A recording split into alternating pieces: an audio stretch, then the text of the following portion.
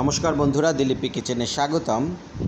কাঁঠালের বুসরা অনেকে সুরও বলে, তো এই কাঁঠালের সুর ভাজছি। এটা খুবই মজার।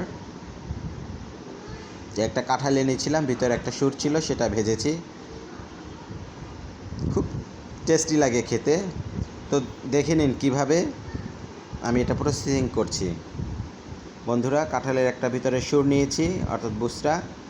আর এটা আমি ভালো করে পরিষ্কার করে নিয়ে ছুরি দিয়ে পিস পিস করে কেটে নিচ্ছি, ঠিক যেভাবে আমরা কচু পিস পিস করে নিই বা বেগুন, এইভাবে পিস পিস করে নিয়েছি বন্ধুরা।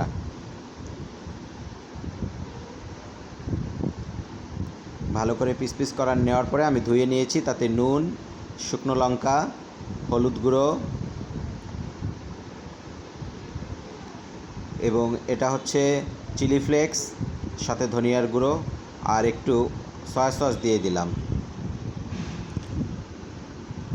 বন্ধুরা, ভালো করে মাখিয়ে নিচ্ছি।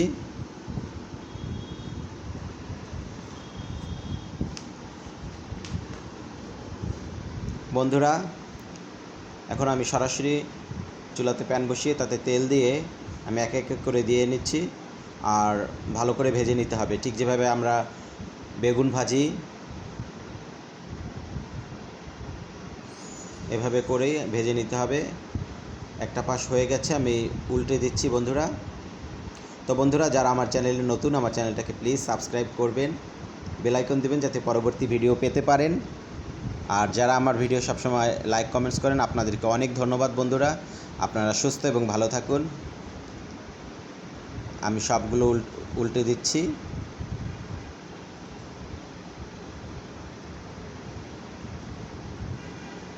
দেখুন বন্ধুরা, কতটা সুন্দর দেখাচ্ছে আর খুব সুন্দর একটা স্মেল বের হয়েছে। এগুলো ভাজা শেষ, আমি এখন নামিয়ে নিব। তো একে একে করে নামিয়ে নিচ্ছি বন্ধুরা।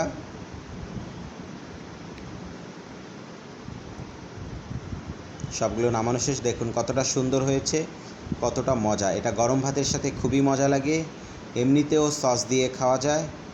খুবই মজার একটা খাবার। তো বন্ধুরা, একবার হলেও আপনারা ট্রাই করবেন, আর বেশি করে আমার ভিডিওটাকে শেয়ার করুন যাতে অন্যরা দেখতে পারে। এটাতে কিন্তু প্রচুর পুষ্টিগুণ রয়েছে, যেহেতু কাঁঠালে অনেক পুষ্টিগুণ রয়েছে।